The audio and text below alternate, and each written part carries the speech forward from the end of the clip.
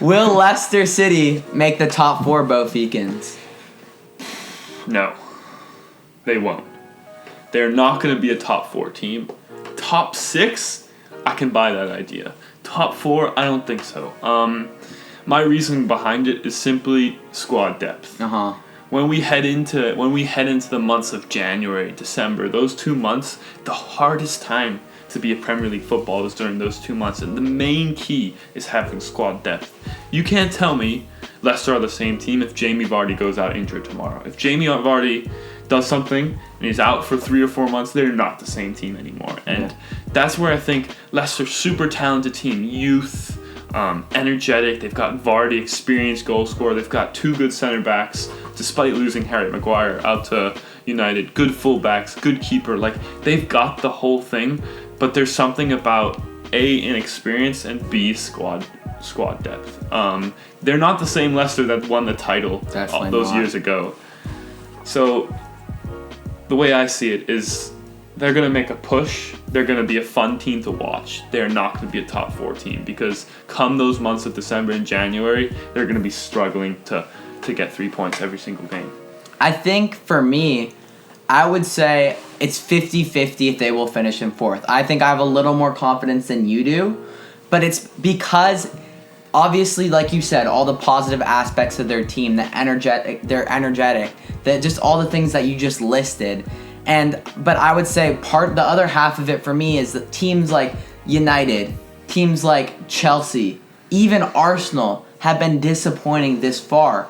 And that's some of their main competition for the top 4 right there. Like Arsenal is definitely right in the hunt for the top 4, but even they have disappointed time and time again. So I think with those teams struggling so much, I think this opens like a massive window for Leicester to sneak into the top 4 and go under the radar. I'd say majority of people did not expect Leicester to even really be in the contention for the top 4 this season. I know you didn't with your video prediction. I definitely did. It was at this moment that he knew. He fucked up. Didn't. I said they would be I think 9th or 10th. But I think now that they have come out and shown how good they are, and it's apparent to me now as well, and now that United and Arsenal and Chelsea have all shown major flaws, I think this opens a window for them. And United doesn't have a lot of depth. Chelsea is not that deep, and they're also very inexperienced. They're deep in terms of they have tons of youth players, but not players with experience. And then Arsenal again is a team that is just hit or miss. 1 week they look brilliant, the next week they play United and look like shit. Play Watford, look like shit. So it's I think they have a 50-50 shot at sneaking in there. Obviously injuries, like you said, are going to play a role. Whoever's lucky with that, I think, will sneak into the top 4.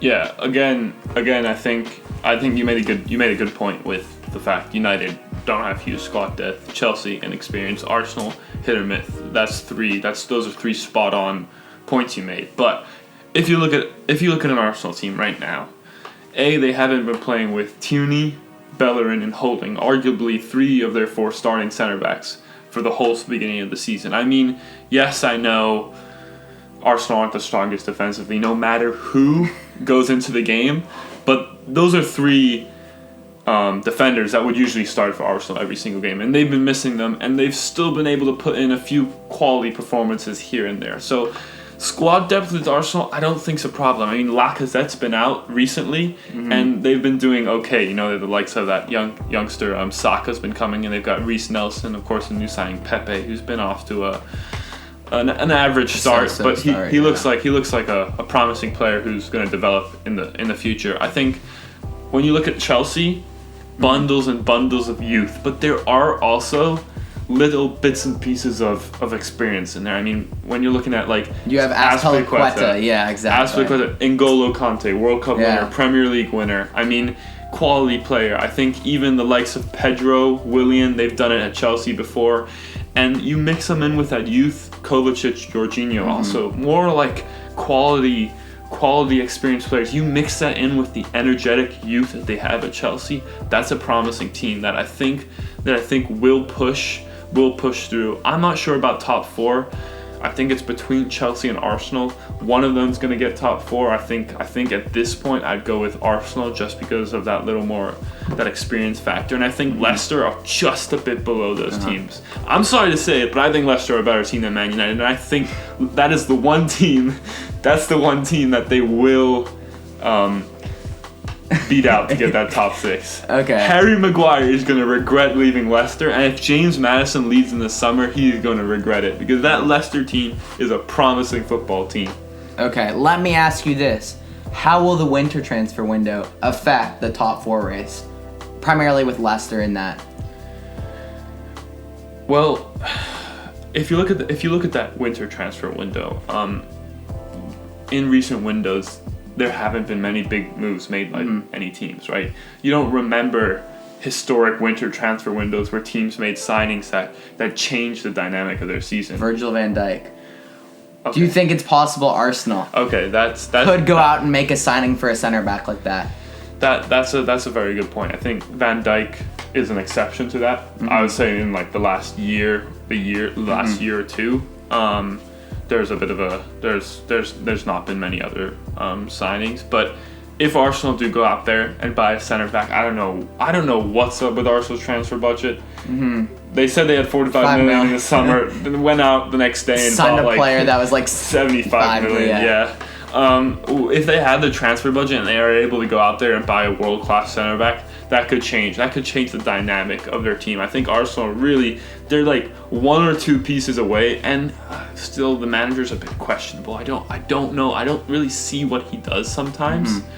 But yeah, they're 1 or 2 signings away from really pushing at least Spurs for that 3rd position. Yeah. I would say for me, it's between Arsenal and Leicester for that 4th position. Like I would give the edge obviously slightly to Arsenal just because of the quality throughout the team, the experience. They've been there and done it before. But I would say just as in terms of like what I want, a feel-good story, would love to see Leicester in there, and I think they do have a good shot. And the issues, like you said, though, are they're one injury to Vardy away from just being right out of it. And I don't think just Vardy. I mean, obviously. I think Leicester's, if you watch a Leicester game, the most important player is Ndidi. Agreed. He is quality, and he does all the little things, all the little details that make the difference in games. So I think Leicester, great team, fun team to watch. I mean, I watched them on Sunday hammer Newcastle. Yeah. You know, they're a fun team to watch, and but I still think they're just a little, they're close, but they're just a little off that top 4. Where would you say they finish right now if you had to just pinpoint it before we end this segment? 5th. 5th? 5th, yeah. Okay. I'm also gonna say 5th as well, just because I believe Arsenal will just do enough to finish in the top 4.